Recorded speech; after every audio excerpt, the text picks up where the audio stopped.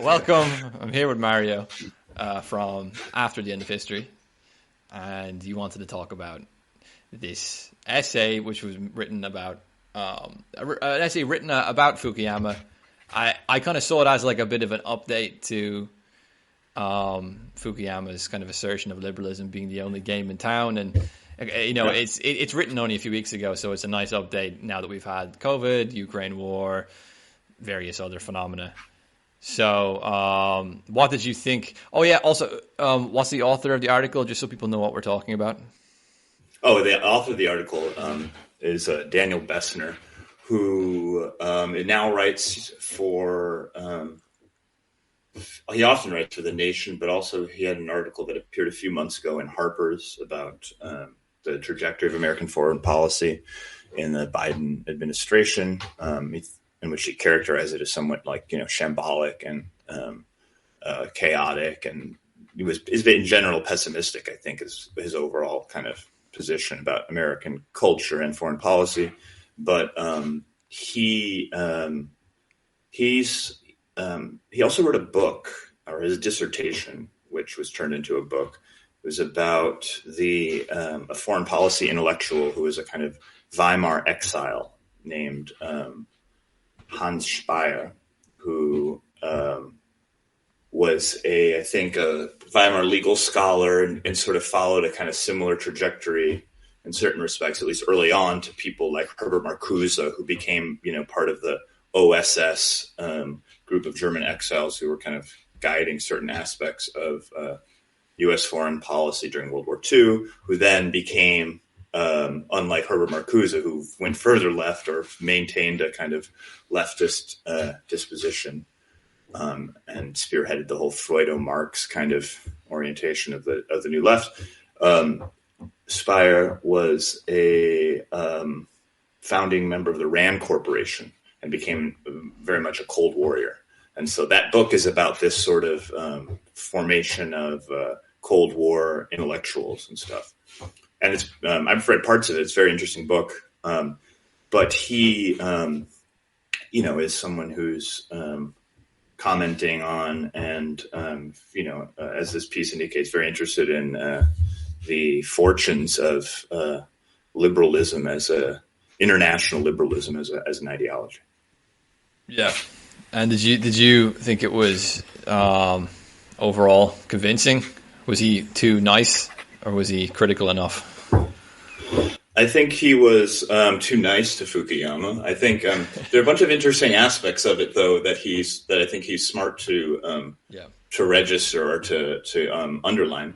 The first of which, let me give a good title for it. Give the title for the piece. It's called "A Bad Breakup: The Discontents of Francis Fukuyama," and it sort of is ostensibly supposed to be a book review of Fukuyama's latest book, which is Liberalism and Its Discontents, which I believe came out a couple of years ago, maybe more than that.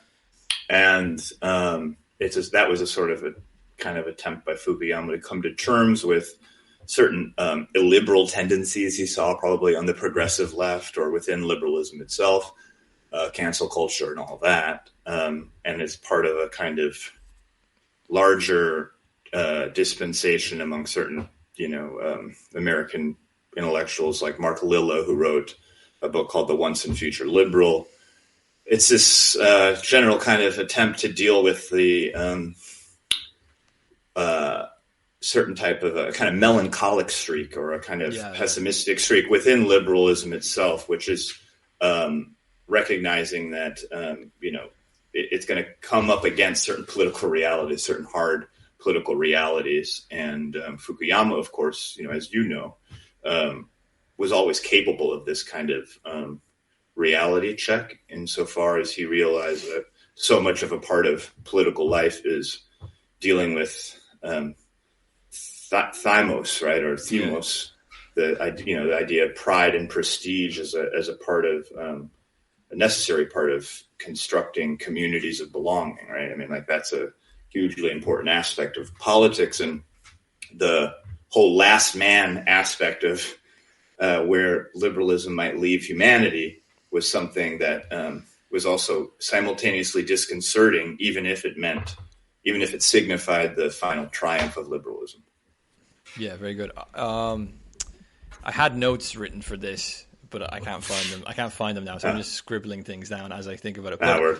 But the so like what I liked about this piece was that that he like, you can tell he's actually read Fukuyama, because a lot of people will obviously dismiss Fukuyama, which you can do because, you know, if you just see interviews of him or you just see like snippets of articles he's written recently, you kind of think this guy's an idiot. But if you actually read, you know, The End of History and The Last Man, I think the way that this was framed was like melancholy and triumphalism mixed together. It's and so Fukuyama, even writing that back in, you know, the late 80s, early 90s, was aware of certain, as you were saying, certain limitations in, I think, particularly like psychological limitations and what you might call spiritual limitations in the ability for liberalism to sort of actually ground people's lives in a somewhat happy, meaningful sense enough to actually sustain itself, even if it's able to sustain itself militarily and economically and so forth. And obviously Thymos being one of the key points which relates to that. And then also, just for people who are coming across this for the first time, he's kind of a Hegelian liberal, Fukuyama.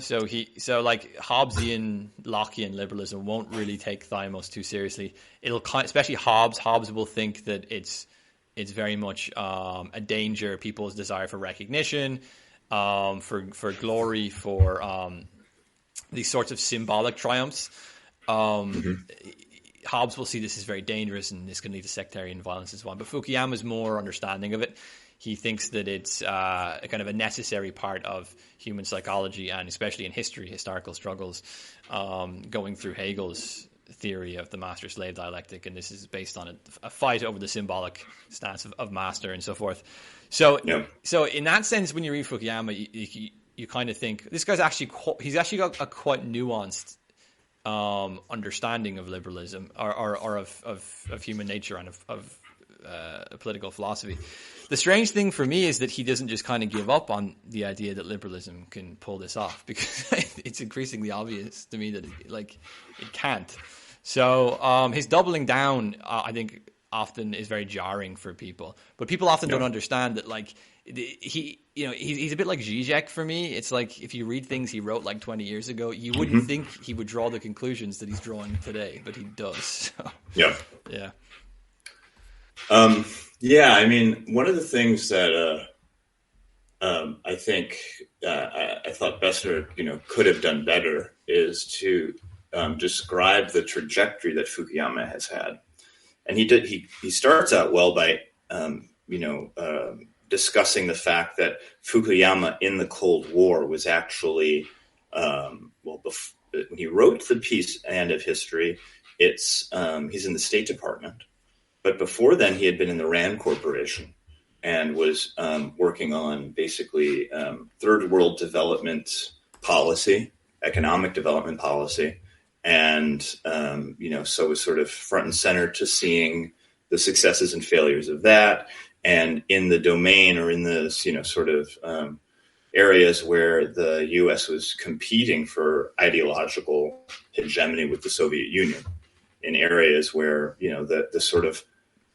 where policy and, strife and formation of political solidarity on the geopolitical level would have been more profound, right? And I think that even though the United States won the Cold War, he would recognize that there were real authentic efforts made by the Soviet Union in that area across the world. You can criticize that aspect of it, but I mean, I think that transnational solidarity of nations, third world nations, the Soviet Union, at different periods was a real project, and that's where Fukuyama starts. And so, unlike the realists of his day in foreign policy, Fukuyama, let's say the realists of like the Brzezinski and Henry Kissinger types, Fukuyama insisted that there really were ideological fault lines that were real, and it wasn't worth dismissing. Power, yeah. Right, exactly right, and that you could dismiss the internal politics of this or that powerful country as totally unimportant. And so then he writes The End of History, and I probably don't have to talk about that. Everybody probably is aware of the prestige it brought him and how popular he became after writing it. And there was a period of time in which every foreign policy piece would index it or read, or discuss that piece and use it as a foil or write their articles complimentary to it.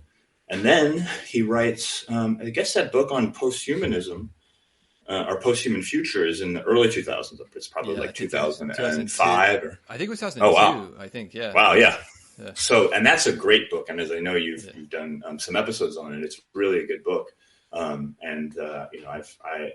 read it in a class I did, a part of it, and there's great stuff in there.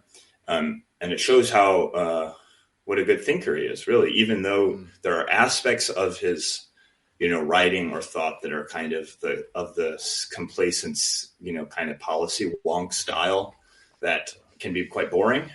He still deals with real core political philosophy issues while he does it, and makes for good reading. But then later on, he was actually technically probably in the meekest way against the Iraq War. And so thereafter, he starts to distinguish himself from the neoconservative movement. And in about at the crossroads, democracy, power, and the neoconservative legacy, in which he talks about sort of the ways in which the Bush policy were part of neoconservatism and ways in which they went astray from it, a kind of diagnosis of neoconservatism in general. And so he distinguishes himself from it. There are certain core tenets he, still adheres to, especially democracy promotion around the world, though not he's against the whole general policy of regime change, especially with military force. So I'm sure in the book, it's very clear that he'd be totally in support of the various sort of USAID, National Endowment for Democracy types of civil society funding for, outcome for political activities that benefit the United States in other countries. But he, made a clear stand sort of against the general regime change by military force policies of the Bush administration.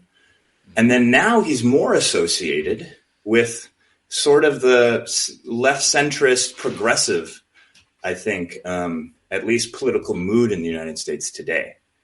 And that is a sort of somewhat, it's not that curious of an outcome, actually, because when you recognize that Trump caused a repolarization of a whole bunch of political tendencies in America, people like him and Bill Kristol are, more welcome on MSNBC and center-left politics than they would be on Fox News. And so that's sort of the trajectory of Fukuyama. And he doesn't really describe that latter part that well, the part that in which, Fukuyama is, especially, and now after the Russian invasion of Ukraine and the extended conflict there, someone who left liberals are more likely to discuss today.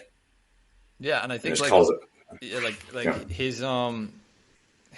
his current state that he's in, I feel that a lot of the potency of his earlier writings are going to fall flat now because of that.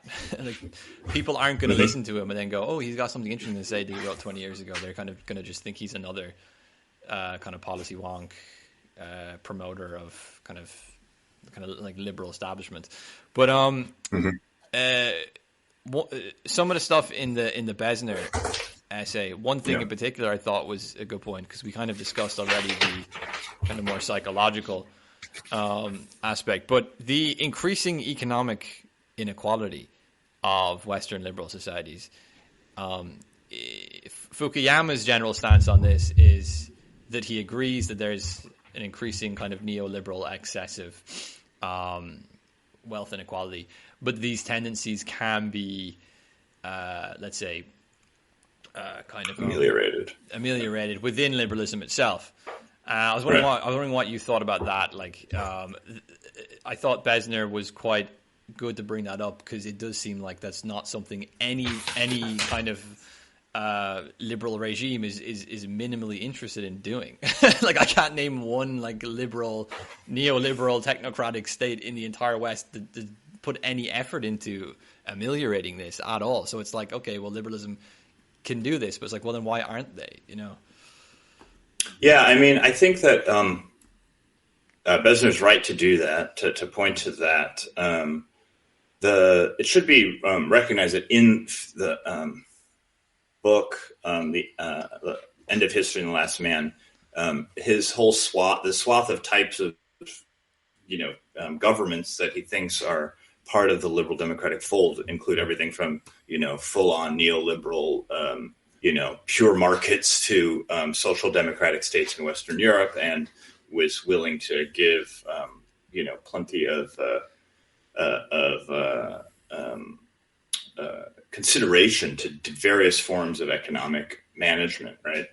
But you notice that there's no like kind of anchoring of this expectation in the ability of liberal democracies today to ameliorate this in an actual structural account of where economies are, what the level of investment would be, what the like overall picture of productivity increases, have been in this period, what kind of, price increases will happen when we reshore employment back into the West, if there's this huge, decoupling from China, which everyone seems basically should be gunning towards. I mean, there seems to be really quickly growing consensus about a lot of these things.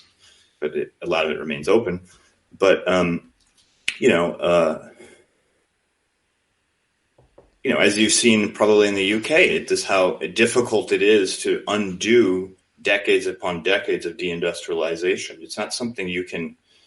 There's a kind of, I think, some fallacies in the way that economic governance is done in the West in terms of the expectations of just throwing money and investment at things that require huge amounts of cultural human capital and just know-how that are part of being part of an industrial workforce. And there's a kind of, kind of a blasé attitude, I think, that he and a lot of these kinds of intellectuals share in terms of their expectations of how they can reharness a growth engine to support a happy society. Yeah. The other thing that Besner mentions, which I want to ask you about as well, is he thinks that Fukuyama conflates left and right tendencies too much when he's talking about those that are kind of oppose the kind of liberal order and move, unjustifiably, in his opinion, against the kind of liberal democratic order. He sort of critiques the left, critiques the right, but he kind of equivocates them falsely. And this is definitely something I read. Populism, basically, that's what they're all. That's what they're always messing up on. I mean, they have just the most conventional views about populism, and it's an entirely. It's not to say that there aren't correct things that they register as worrisome about populism. Let's be clear. There's a lot of probably bad tendencies or whatever, but there's never a kind of like recognition of a possibility of a left populism as exists in many Latin American countries. There's just the big, large P word, populism, which they associate, which I think for most of them is like, they think it's like always going to be something like the worst anti-Semitic and racist strains in American populism in the 19th century. Not taking into account, there's lots of people and historians who have written about all of the, pro-democrat, the democratic reform agenda of populism. There's a great book by Goodwin called The Populist Moment about 19th century populists. And, a lot of this maybe is also inherited from Richard Hofstadter's history of populism and like a kind of view that inevitably leads to this paranoid style in American politics. Anytime there's a group, a mass movement that looks to turn its anger at an elite, that populism must be bad because it's going to be bad for governance and making a lot of people politically active and harnessing their anger at bad policy or policies that clearly don't work for them means you're on the verge of fascism. And well, one should worry about that. I'm not saying that's like totally off base, but it also is a good way for elites to hide their own failures, right? And to like look at their own policies and gauge whether or not they're actually, helping people. And he definitely is guilty of that, I think, Fukuyama. I think also like there's a general inability for letting in, let's say, outside energy, which is angry and fed up and frustrated, letting that in to the system, let's say in a kind of productive way. I think that a few things have made this impossible within liberal societies. Probably something about liberalism itself. Also, I think there's huge generational problems today. I think like a younger generation have literally been just like put a giant bulwark up against. You people are not going to be included unless you're like AOC or someone. You'll be marginally included for kind of because you're a useful idiot, but you're not going to be like properly included. Into like there's a sort of people often speak about elite. What's the word? Elite capture or elite overinflation, a kind of overinflation of. Overproduction of elites. Overproduction. I think like there's some truth to this, but at the same time, there's very little input of new voices, new energies into the system, and this is pervasive not just in the United States but in Europe as well. And it's not just in politics; it's also in media, in journalism, in education, in culture and arts, in like industry, even everything. There's a sort of there's a very fragile, kind of almost senile, like inability to allow in an energy from within their own nations that they see as barbaric or irreconcilable and dangerous. And of course, this association with fascism the whole time, I think, isn't just the association with fascism used to just be something that was kept, I think, for smaller, more radical groups. Now it's really anyone who isn't just completely putting their head in the sand, basically. And I'm kind of watching like pipelines being blown up and energy, and energy prices go 4 times up, and our elite in Europe can do nothing but wave Ukrainian flags and talk about LGBT rights. And I'm kind of like you're literally like driving your whole civilization off a cliff. Yeah. And anyone who's trying to tell you that you're doing this, you're calling them a bigot. Like it's really kind of beggars belief at this point. But this is what I mean about like the inability to take that discontent energy and let it in a little bit, let it rejuvenate and like change the perspective of the power structure so that maybe they can respond a bit more adequately. I mean, this is a very reformist kind of sentiment that I'm talking about here. I know. Even this today seems like, oh, it's impossible. Yeah, you're an extremist because you say, "Hey, slow down. Hold on a second. Let's slow this down. Where are we going here?" Yeah. People like that are increasingly smeared as extremist, and I think it also makes you look at different historical periods maybe a little differently. It makes me think about propaganda campaigns in World War I differently, like experiencing this, and then reading about the efforts of the Wilson administration to create the Creel Commission and get a kind of centralized control of propaganda as like these sort of major transition moments in progressivism and liberalism has started to make me sort of like, look at those periods differently, or to reconsider aspects of the conservative criticisms of those periods and certain historians who I totally dismissed before, and like start to think about them a little differently, if not entirely accepting everything that they said, because it's true that the 20th century progressive movement, while they had a lot of these sort of excesses, produced a lot of positive things for society, from public health to urban infrastructure that worked, right? And so there's a kind of But you also bring up the blowing up of pipelines and the censorship surrounding it, which is, which for me represents a kind of, there's like a shadow of, violence and or at least a kind of misrecognition of the violence that we do, and unwillingness to look at what kind of escalations can follow from that.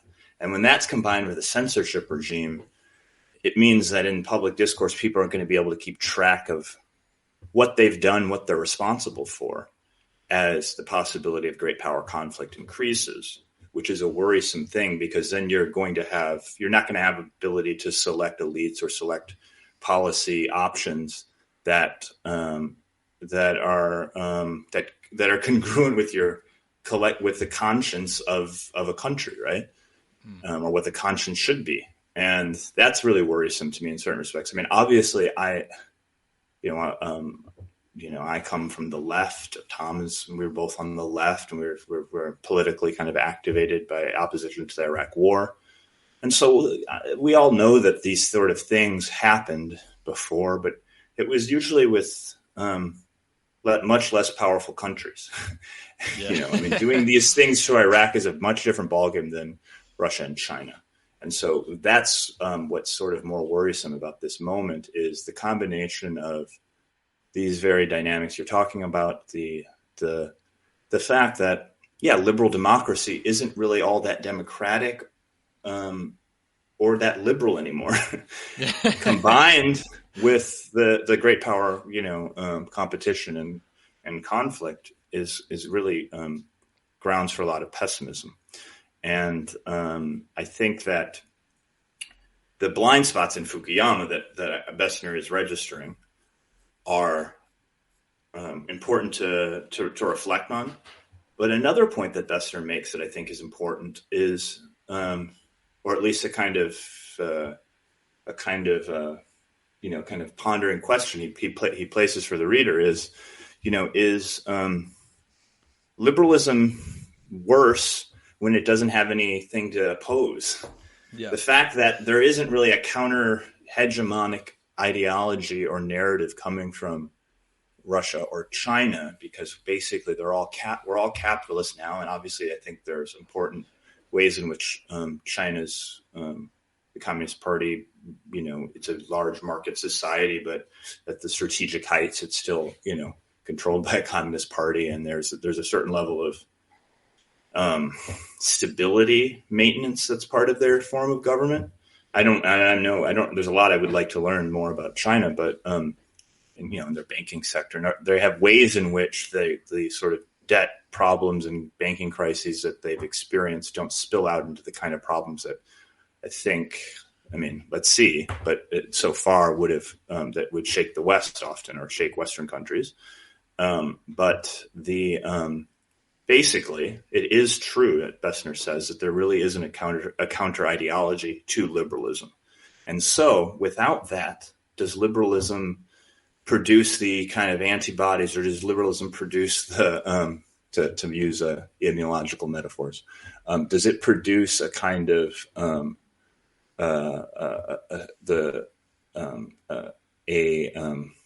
sense of solidarity from within that can, lead people to actually improve their society? Or is it basically kind of sclerotic and continuing to churn out the same kind of false solutions to much deeper problems? So would freeing up, certain taboos, is that really going to liberate people more now? Is the expansion of rights going to answer any of these structural problems that we have? It seems like there's a kind of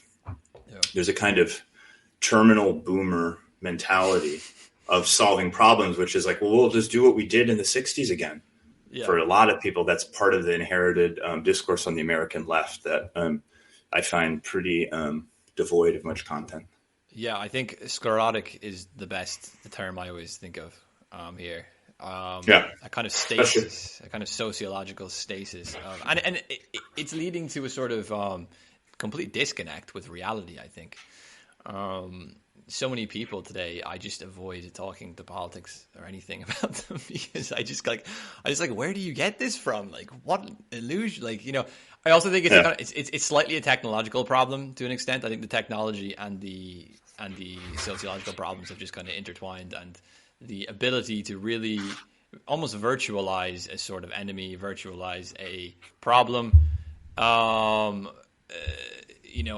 really have people, as Paul Virilio would say, emotionally synchronized into this state of mind, kind of fictitious reality, is quite remarkable. And I think we've seen that over the lockdown period. But the other thing, like, if you have any comments on that, fire away. But I also just wanted to talk about the one kind of decent criticism which I've heard, kind of from Fukuyama recently, which is kind of pointing to China's zero COVID policies and kind of saying, do you want that? Because that's kind of like, that is one of the few situations where I think I've thought in the past few years, I'm kind of glad to live in a liberal society. Yeah. Not that we responded gargantuanly better, but but it was like China do seem to have taken this to a next level. And I'm certainly glad I'm not living there during these years. So I wonder if that has that affected has that given liberalism more credit in a certain regard? Like to look at China? I don't think so. I think that there have been so many problems with the West's response, with the whole information control aspects of COVID, that could probably go away if a lot of people just admitted that they did that and that they're sorry. But they just can't admit mistakes that were made.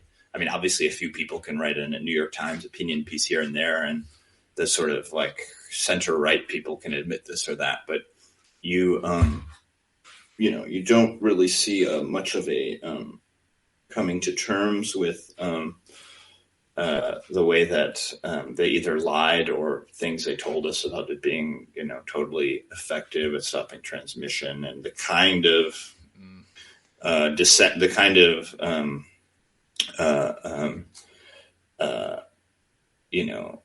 anger that kind of created amongst people who were watching, people who were quote unquote following the data and like watching the effects of the vaccines and controlling transmission in other countries. I mean, I remember having all these kinds of debates and stuff.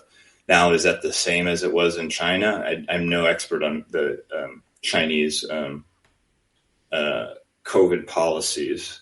I would guess that there's probably a much more, especially in the first lockdowns in China and the part of their zero COVID policy, a much more solidaristic feeling probably in China through that, because not only was there a kind of that was part of an initial response in which the full effects weren't really known, right? So you get a kind of after they handle the issue of hiding the extent of it or how severe it was, and then realizing how severe it would be or how much it would overrun hospitals, they have this total lockdown. But a much deeper, kind of community-wide outreach aspect to their COVID policy, like in terms of lots of hospital and medical workers delivering food and stuff to people in a way that wasn't the case in America, from what I've read. I mean, this is all stuff I was reading during COVID, so I'm not, sure what what was propaganda, what wasn't, what the whole balance sheet and all that was, but in this later, zero COVID policy, when after was it an outbreak of Omicron or in Shanghai and a couple other places, there was another set of lockdowns, right? And there you saw footage of people kind of becoming more suicidal and being very frustrated with it because it was a much less severe form of the virus, right? And that probably was probably a bad policy. And then after Xi Jinping, I think, was elected a third time, they ended. And everybody was expecting, right? In the West was expecting death and destruction after this opening up because they don't use the mRNA vaccine. They had their own vaccine, the Sinovac or whatever it's called, and they seem to be doing pretty well. Yeah. Right. I mean, there hasn't been they're growing. I was just reading the newspaper this morning that they are set to grow at 4.5%, and exports are way up. And who knows what could happen in the next couple of months? Who knows if there could be a war over Taiwan in the next couple months? But they seem to have weathered that second phase of a possible legitimacy crisis related to COVID pretty well. Yeah, I think we weren't different enough from them to really criticize them fully. I was at first expecting, that's a good way to put it. I think not different enough to criticize. Yeah. Because it would have been such good grounds for it, right? Because it's like, look at this illiberal, totalitarian, hyper controlling surveillance society. But we just weren't different enough from them, even though I think our lockdowns were shorter and probably not as well enforced. But right. Actually, for very likely not as well enforced. But it wasn't different enough. And also, if you look at the research, whatever's going on with those laboratories over there, this is kind of global capital and global research. So they don't want to be too critical because they're probably afraid what might end up. Like, who's researching this stuff and what's it really for, and so on and so forth. So they're kind of worried about. They're kind of caught, I think the difference today than it would have been 20, 30 years ago is that Western elites, especially in a country like China, are so caught into their economy in certain ways. They're so caught into their research methods and so on. They rely on them in certain ways in which it's kind of impossible for them to be too critical, Yeah.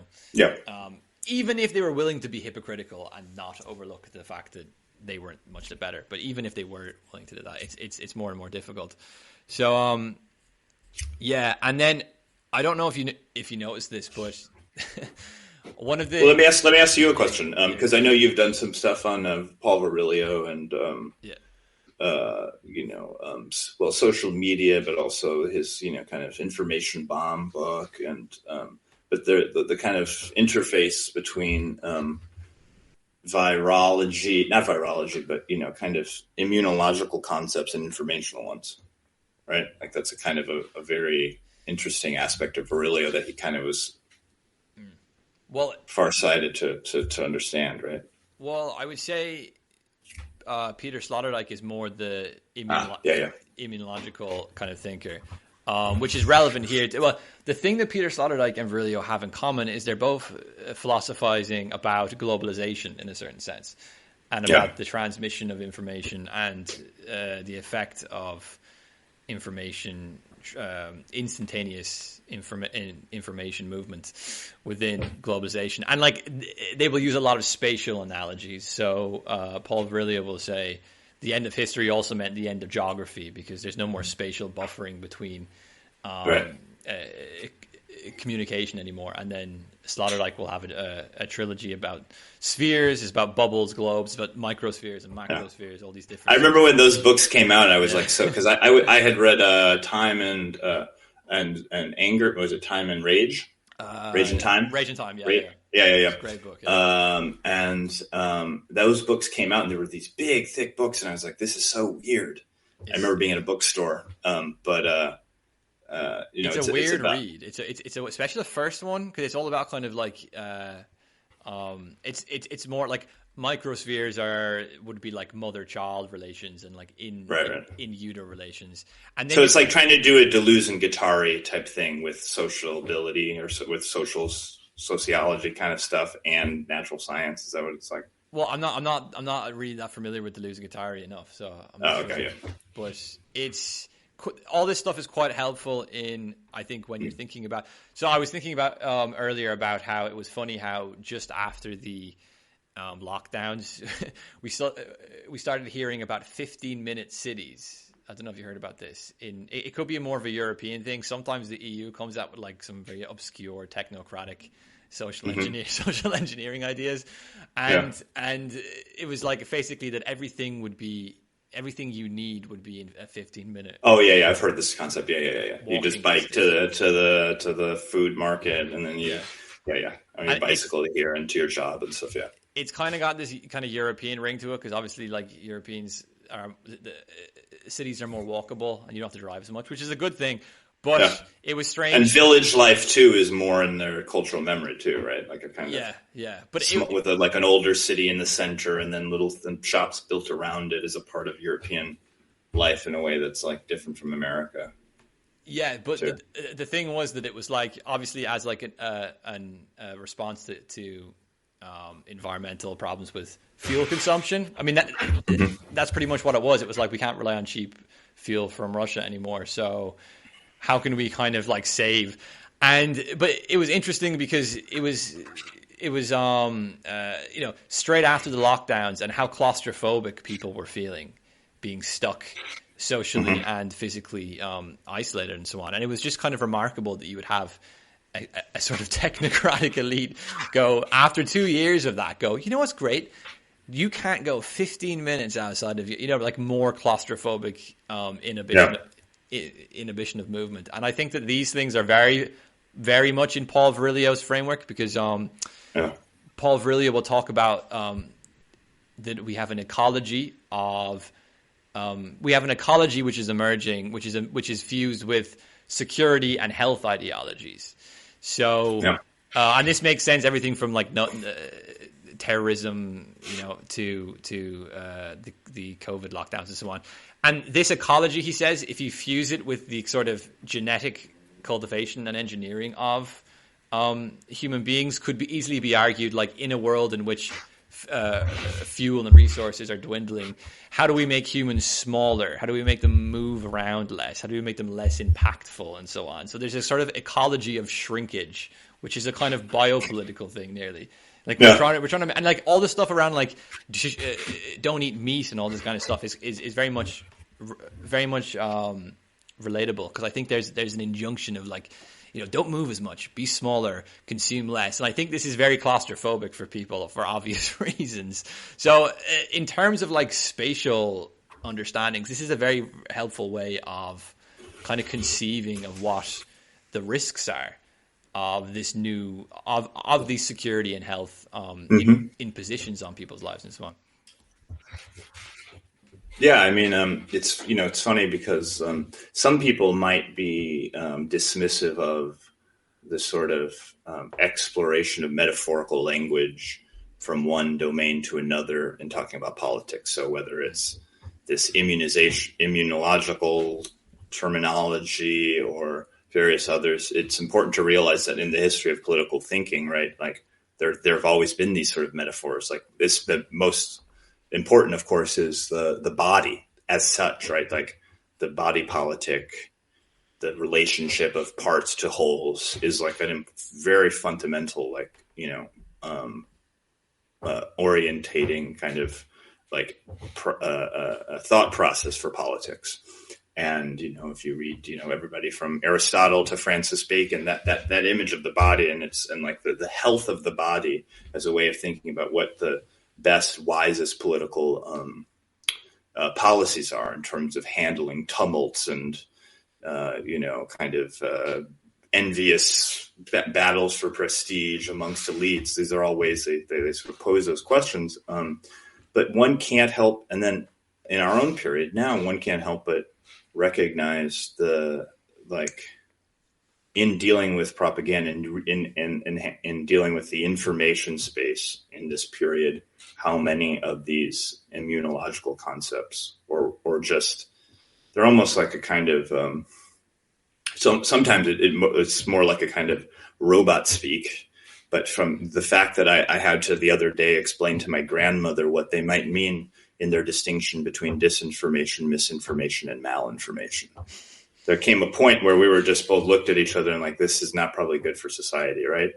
But there are ways in which these people are, categorizing processes in society that are inherently political, but trying to neutralize them of any political meaning by giving them, neologisms, which make them sound jargony, which make them sound like a kind of elite discourse or something. And that's something that should worry people a lot, and that's another thing that brings us to the problem of liberal democracy today, and what Fukuyama and I can only think of are many of his either allies or his colleagues, people like Anne Applebaum, to all the various sort of Atlantic foreign policy elites tend to agree on dealing with populism with these means, with these sort of information governance methods. And there was a piece written recently that I'm reading by Jacob Siegel, A Guide to Understanding the Hoax of the Century, 13 Ways of Looking at Disinformation, which is a kind of very, I think, pretty rigorous attempt to deal with how these people are going to deal with the information war, which has always been a part, and it was always been a staple of U.S. foreign policy since World War II. But I think they're recognizing that they're in for real competition, and so they have to handle these dynamics of what used to be called the propaganda war, right? In ways that will, force them to shut down aspects of an open society that you and I have probably grown up to take for granted, and that's pretty troubling. Yeah, I think you could frame this in many ways of, like, especially with Trump, a lot of his popularity was in the re-entering of certain political energies, which they thought could be pushed aside or sublimated maybe into other non-political, less politically threatening areas. And a lot of that did happen, was possible because of the internet, I think. This sort of meme-plex and like I've also thought that there's a lot of elites that are kind of troubled by the fact that there are some very politically savvy and intellectually savvy people that could be just like work some boring job, or like could be unemployed, or could be a student, and spend their times on really learning and really influencing. I know the kind of word influencer has a kind of influencing, and like if you look at these Twitter accounts with hundreds of thousands of followers, I mean, I'm not entirely convinced that it doesn't make any difference to anything. I think that there is a serious worry there, and even geopolitically, because they know their memes are no good. Well, that's it. The established memes are so bad, and it's so funny when you see them try to do a thing. And I think there is an aspect that, like, a countercultural meme is always going to be funnier because it's saying it's transgressive, right? That's a big part of the enjoyment of them, right? Is saying things that are supposed to be taboo and something like that, and then it creates a kind of in-group vibe to the person who laughs at it. That's the appeal, right? The establishment's never going to be able to meme well because that's not how they work, really. And also, I just think there's a kind of libidinal energy which the establishment doesn't have, and like the Western societies have been for a long time very influenced, especially media societies are very influenced by that sort of libidinal energy. As stupid as that energy can be sometimes, and as annoying as it can be, it does have a certain power, and I think they are failing to generate that power themselves. And that power is often falling into hands of people that they don't entirely trust. Like you don't have to be some like hardcore fascist or like Marxist Leninist to threaten them. I think you can just be an elite like Trump, who they don't entirely trust, who they don't think is entirely predictable, and then suddenly he's using this energy, and this causes a lot of spasms within the elite. But I mean, at the end of the day, I don't know what they're going to do, because so much of our society now is relying on this sort of communication just for like completely non-political, like social and economic reasons. So it's a bit too late, I think, to put the Joker back in the box, so to speak. The Jack back in the box. Yeah, I think so too. I mean, I do think they're going to go to much greater extents, though, before something breaks, and something may not break. I mean, this is, I think, one of the more I think, sort of interesting things that, you've sort of interrogated in your, discussions of various figures, both on the right and left, is, turning these strange days into that we're living through into like real philosophical problems that are part of the tradition of political philosophy and critical theory too, right? I mean, and I think it's important in this period now to salvage aspects of critical theory from the reactionary right's smearing of it, right? Because of its association with this sort of, kind of more dystopian kind of cultural liberal excesses that we're experiencing, right? There's a whole other aspect of the, kind of anti-authoritarian part of it, tradition of it, to its, a diagnosis of totalitarianism, to all sorts of stuff that are important that should be part of any kind of, any political alliances which could be forged or whatever against the more control mechanisms put on the information space. But one of the worrying things is that, in this confrontation, that's where we seem poised towards against China, we could lose.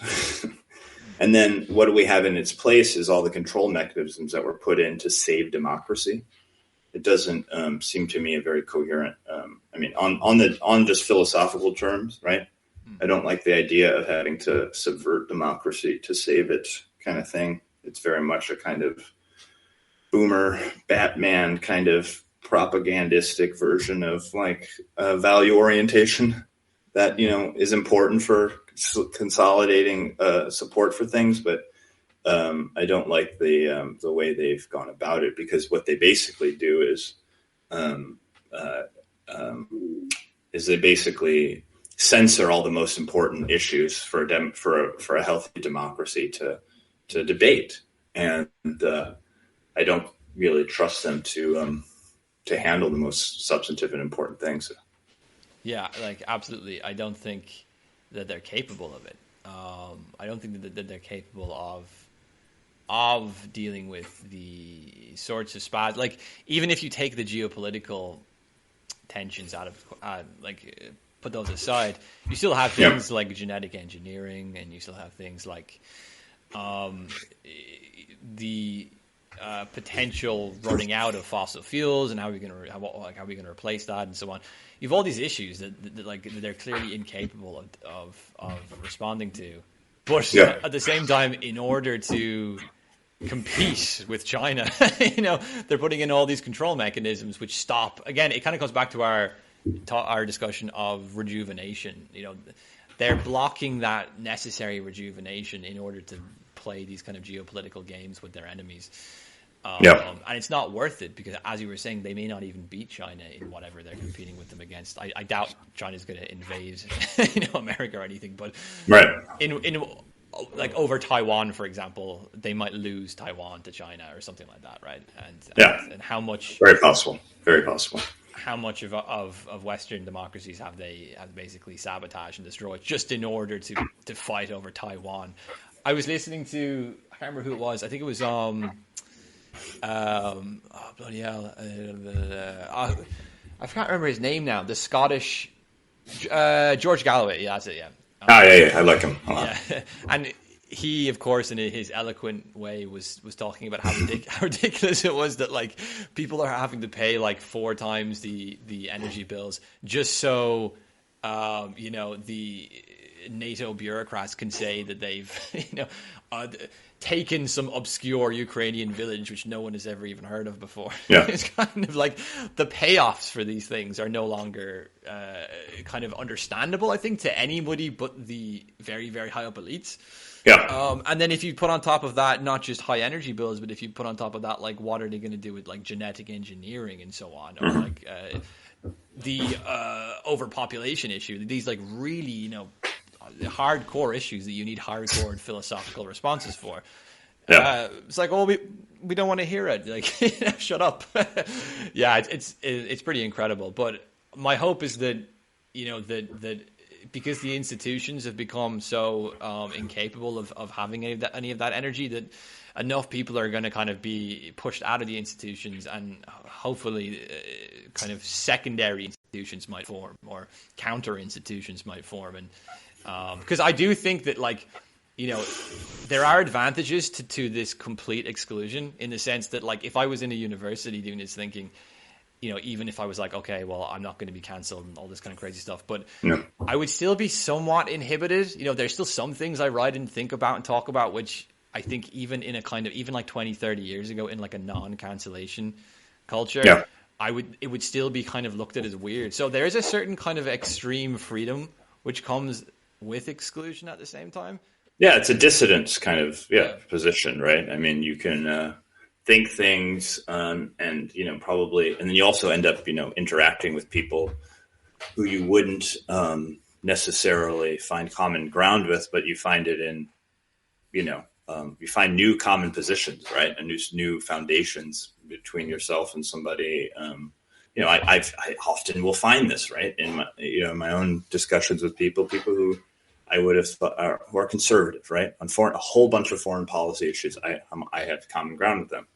And the general leftist orientation towards making a coalition with them for a discrete number of foreign policies is to not even work with those people, because if you do that, then you'll be promoting them. That's the orientation of most leftist progressives, as opposed to actually getting those policies in place, right? And then maybe criticizing those people in a kind of principled way on those other issues, but not necessarily in the process of getting this or that passed. But even the way I'm even talking about this right now is so far from. I think I'm a bit more pessimistic than you. I think about the possibility of people subtracting themselves from the system and creating either other communities or other kind of ways of thinking, at least in the near term, because it's very difficult to build those kind of coalitions and then take them into mainstream politics without being so vilified and smeared. Yeah, that's even though people are recognizing that this is clearly a obvious tactic that they use, it's just so hard to build a party that has a legal status that then fields candidates is a very difficult thing to do. In politics. Yeah. It's not super difficult, but you have a real, in a censorious environment with the FBI and other investigative agencies. They probably will go after a lot of people who try to build those kinds of coalitions. I would imagine. So there's that aspect. But yeah, sorry to sound like such a Debbie Downer, but I don't know. I think it's better to be sort of realistic about some of the dynamics at play, even if it's going to make you kind of sadder, but it might make you wiser. Yeah. There's also another thing, which is the influence of philosophers over political figures, and that is a interesting topic, which has been brought up in the context of Dugin and Putin. Oh yeah. I wanted to talk because you did a couple things. I've never read Dugin, but I've watched some things that Michael Millerman has done. Yeah, I've read a couple articles or whatever. What's your take on all that? Well, I've only read two Dugin books: The Fourth Political Theory and the Great Reset one. The Great Reset one is not very theoretical. It's very marginally theoretical. It's more just it's more like a pamphlet kind of book. But it's a decent introduction to Dugin, I would imagine. But I'm not like a Dugin expert, like anyway, in any kind of deep theoretical sense. But I do find elements to Dugin's work interesting, because I do think he's trying to do what we're talking about here to some extent. He's trying to build these kind of cross-ideological, cross-political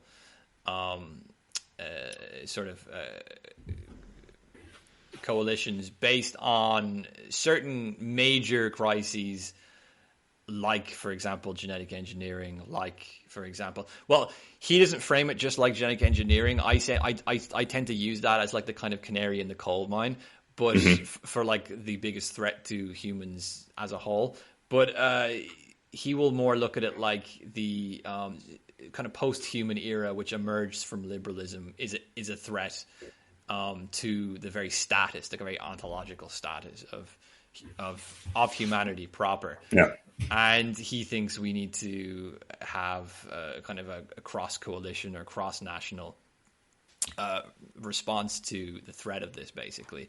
And like he even includes the people in the US. He'll even say, like, look at the people who are unhappy with their own state in the US. Like, they're our ally. It's not just a kind of everyone versus the US. It's there's also a kind of a class element to it as well. And so, yeah, like, I think Dugin is interesting in that regard. I think he's probably politically taken that the furthest. But the other element I find fascinating is the idea, obviously because it refers back to Plato and the Philosophy King, is more direct influence of philosophers over politicians, because I think that this is what's going to need to happen to respond to these sorts of issues adequately. I don't think people within the kind of blob of technocratic political management have any idea what to make of this stuff. So I agree. The only kind of input they'll kind of countenance is like a kind of TED Talk philosopher kind of response, the kind of what's his name, Yuval Harari type stuff, which is totally accepting of where of their spontaneous ideologies and stuff. I mean, for me with Dugin, I had read a book about Eurasianism by Marlene Laurel. And from having read that before any of this stuff with the Ukraine war happened, I had kind of dismissed him, not totally dismissing him. I mean, I think there was a kind of, in the world of like kind of interesting fringe ideas that, that I'm somewhat interested in.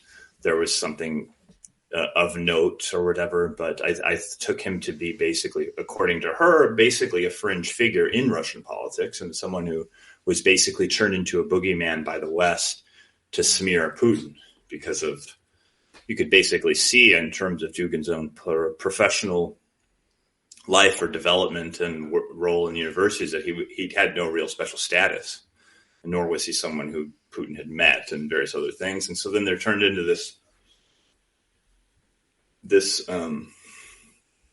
boogeyman that was useful to associate Putin with. And I still basically think that in terms of Russian politics, or the spectrum of positions in Russian politics, Putin is a relatively moderate figure, and that the West should be a little bit more wary of just getting rid of him because they might get something much worse. I still basically think that. But I remember after the the attempted assassination of him and the murder of his daughter, that I looked up a thing that Michael Millerman had done on the last essay he had written. And I think it's probably related to this reset stuff, but it was basically about like the death of the West, but in a kind of different way from a Spenglerian view of, a kind of cycle of an inevitable cycle of, loss of, spirit in technological age, although it was somewhat related to this, but this idea that if the West loses this, a kind of a spark and philosophical sense of spontaneity, of being the wellspring of human activity, of consciousness, and of culture, then that is what would define the death of the West. And you can see clearly in these models of information management and technocratic kind of this basically the surveillance systems that are being set up. These are ways of controlling that spontaneity. Yeah. Right. Yeah. And harnessing it for their own purposes, for profit, in order to better, categorize us and keep us in a kind of affective kind of, sort of loops that make us more manageable. And that's, something that I think people should be wary of. And it's a very sort of strange feeling to recognize things over the course of years that you had maybe read about in in a theory text, and then you totally see it happen in social life. Yeah. And things that you thought were like weird fringe semiotext, critical theory books. And then you're like, that's just like that, this thing or another. And from a Virilio book or like, wait, these philosophers are onto something. Oh, right. Okay. Like, yeah. It's incredible. Especially semiotext. But that's kind of, I think, why I'm sympathetic to Duke in many ways, because I think that he sees something in which is emerging in the West, which is not just a problem for us in the West, but is a problem for humanity proper, because since the Greeks, Western culture has been a kind of wellspring, as you were saying, of thought and of innovation and of kind of political activity and all these sorts of things which are sort of crucial, I think, to ground ourselves within how we should respond to the technological and other sorts of changes which are emerging and have already emerged. So if we feel that there isn't something at stake, then we're losing. I guess you would say it would be like the Western, kind of tradition is like there's these crucial moments where something was really at stake, right? And they felt that it was a philosophical problem for that reason. Yeah, and I'm often quite critical of NATO and the West in many ways. But what's interesting is that I don't know if you listened to Putin's speech he gave. I think it was a few months ago. He gave this really long format speech. Yeah, I did. At times he sounded a bit like Noam Chomsky or somebody, and and I was like, it's amazing how no matter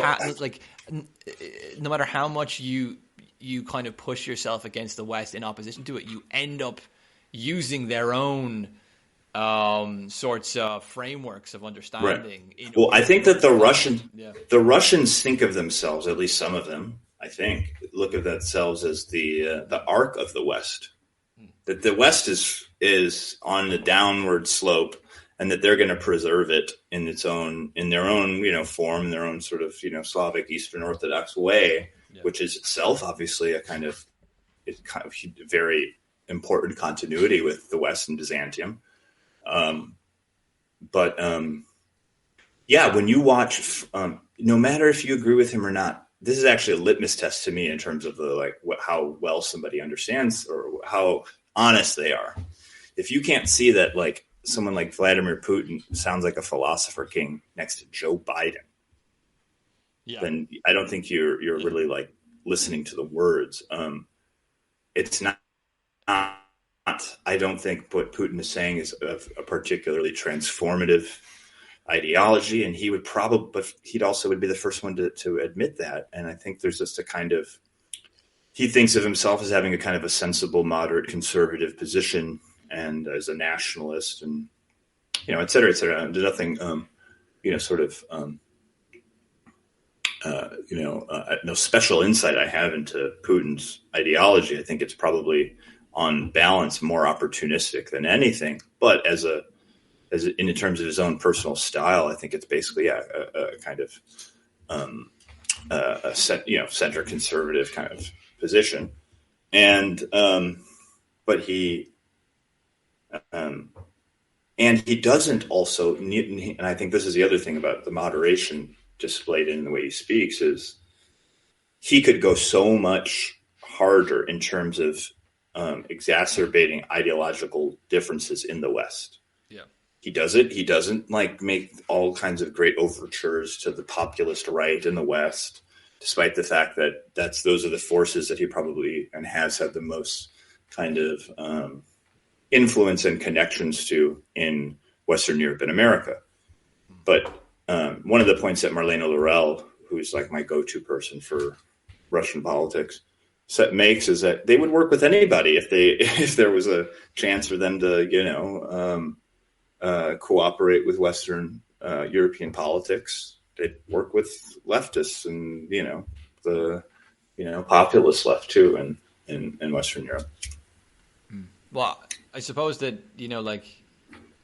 I guess this kind of comes back to the point Fukuyama was making about ideology. It's not just about power and influence, but it's also about ideology. And like that is the big question now with stuff like this, with Russia and Ukraine. Is there a kind of consistent ideological contest going on? And I think on that level of like communism, capitalism, no.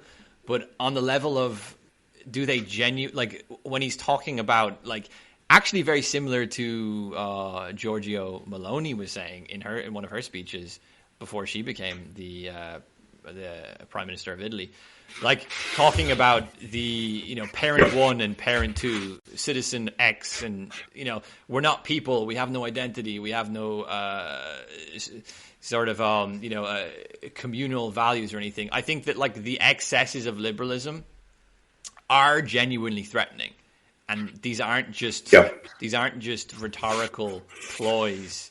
I think that they're genuine anxieties, and I think that these sorts of speeches are expressing that, even if there's no consistent ideological response to it, like this is how we should respond and do things. These are genuinely, philosophical social concerns, and not just rhetorical ploys in the name of some great power struggle or something. So, in that sense, I think that we are, in history, we could say, but just in a different way, not in the old ideological contesting way, but in a different way. Yeah, I think so. I mean, I think the real substantive anxieties that people have are probably much more associated with corporate capitalism, or much more connected to corporate capitalism than liberalism as such. But the problem is that the ideologies are such that people think more liberalism is the answer to solve those problems. And there's a kind of ideological doubling down, a kind of, there's a kind of what would Zizek would say, a kind of, especially in America, this jouissance kind of death drive dynamic to doubling down on one's ideology in the face of a bunch of problems that don't seem to be, that those don't even seem to be, that those ideas don't seem to even be explicitly addressing the inequality issue. I mean, the proliferation of identities based on, race, ethnicity, sexuality, consumer preferences, various types of, ideological orientations are not going to solve unemployment necessarily, right? That I think is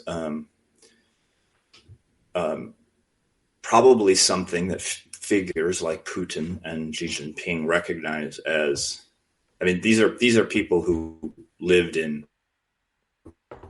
truly totalitarian societies. I mean, Putin at the end of, that period of Russia's totalitarianism, and then it reforms itself too. And that's the other thing that people don't really account for. And this is one of the problems of right-wing and reactionary Western orientation to Russia and China oftentimes is, and especially China, I think there's no real recognition, or within American political discourse, much cultural recognition of like the way that these societies mildly reform themselves from Stalinism and Maoism into the societies they are now. And so there's a kind of way in which your average like right-wing kind of boomer, is afraid that if China gets Taiwan, then their kids are going to be forced to do TikTok dances and have their organs harvested because, Mao's China is coming to take over their, their country, kind of thing, as if it's these societies are still like that. Now, and you were pointing out this, your general, kind of global, philosophical, or there are real philosophical issues related to these kind of global anxieties related to the excesses of, liberalism. And I was trying to make this point about it being related to corporate capitalism. And, the elites in other countries have or seen their path to development as access to corporate capitalist flows of information and capital. Yeah. And so when they pose these issues, especially someone like Putin, who does it on a much more ideological level than than Xi Jinping, it seems, even though we're noting his moderation. It seems like there's a recognition that that those paths are going to now be cut off as it becomes a conflict as these become issues of great power competition and conflict, that the United States is not going to allow these countries to gain in power while being a part of their part of the global economic system. So I think it's pretty clear that we're entering into a period of two economic systems, but not a purely bipolar one, a multipolar one. And as John Mearsheimer, basically the person that Tom and I have probably the most respect for in current, or at least in sort of like the mainstream positions to take in foreign policy debates, is that multipolarity is a much more risky scenario, or a much more risky dynamic than bipolarity. It was interesting that you were mentioning the excessive liberal ideological tendencies taking on these corporate capital extensions, because you have to wonder like how a country, I mean, like my country is a good example, very Catholic not so long ago, very conservative not so long ago, suddenly becomes really woke, and you kind of wonder, like not because there's been some massive change in power, or like all of a sudden everyone running the show is these like gender studies students and they're all 26 or something. Like, no, like, these are people running the government are all boomers, like, and maybe old Gen Xers sometimes. How did they suddenly take this on? And like, I think that you're right in to say that there's a kind of flow of money and flow of capital in development, which is attached to these ideas. These ideas seem to come with the finance and the ideas are kind of emotionally synchronized together, we could say, to use Paul Virilio's term. And it's it would be worth somebody, I know like anyone in a university wouldn't be able to study this, but it would be worth studying like the kind of financial globalized structures in which these ideas move from, because I think it's more than just media, as you were saying. Because I was even thinking about like Hungary, who are much more conservative than most of their European EU counterparts, and it's always like after they veto a vote to do with like foreign policy or something like that, which or farm subsidy, or farming. Yeah, like there's like suddenly an attack against them. Like, did you hear how transphobic and homophobic they are? It's like suddenly we're hearing about this now, but we're not hearing about Saudi Arabia. or also to that point, you don't hear. Actually, I shouldn't say this, but I was going to say Poland gets a free pass on its populism or on its kind of right wing politics, because it's clearly a much more useful ally to the United States and its foreign policy in Eastern Europe. Right. So there's one hand, there's a disingenuous aspect, but it is pretty clear as you're, discussing Ireland, like that's the general cultural orientation, right, of a transnational kind of elite's ideology. Right. I mean, and the other, of course, the troubling thing too is like, when you start to talk about this, when it often gets smeared or even if not, you get one gets the inkling like, oh no, and this is clearly going to be seen as like I'm on the verge of like a kind of anti-Semitic type of conspiracy type theory, right? Oftentimes, I mean, because once you start talking about globalism or a global transnational elite, then waiting in the wings is someone saying, but what if that really is like basically how power is working nowadays, and it's not because of like a Jewish cabal or anything like that, but just because of the nature of the dependence of so many countries on access to the most important sources of wealth generation, and being part of a global economy. And it's funny in Ireland, a long history of railing against great powers that are much more powerful than you, and and lots of infighting, very alpha behavior. Not so much anymore. Not so much. But Angela Nagel's very good on this stuff, isn't she? She is. I haven't read anything on her on this in like a year or so, but I haven't. Yeah, I don't really follow her that much anymore. She hasn't written any books lately, and she's not on Twitter, so I'm not really sure what she's up to these days. But yeah, Ireland's just a good example because it's someone where I think there's a more obvious cultural clash between what it was like 50, 60 years ago and today. But it's also a country which has economically participated with the other superpowers without really having a proper developmental industrial era. They've just jumped straight from kind of agricultural to tax haven kind of status and tech. and tech. Yeah. And a huge demographic issue too, right? There's so many young people leave Ireland. I mean, when I was in New York, I was amazed by how many Irish young people I met who had just arrived and stuff.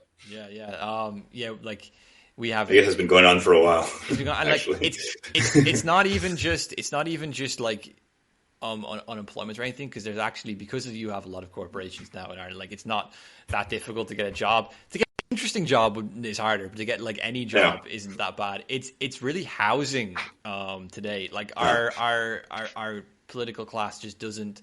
They haven't built anything really since the COVID lockdowns, and there's just a shortage of housing. People who are working full time and they just it's not about even being able to afford it. They just literally can't find anywhere. There's nothing available. So you've all these issues. I think the ruling class here just doesn't care because we speak English and we're relatively well educated. So it's well, what do you care? Go to London, go to New York, go to Australia. It's different if it's you're Greek or Italian and half your population doesn't. Where are they going to go? They only speak Italian and Greek. So globalization has kind of worked against us in that regard. It's kind of given the ruling classes an excuse to not fix problems.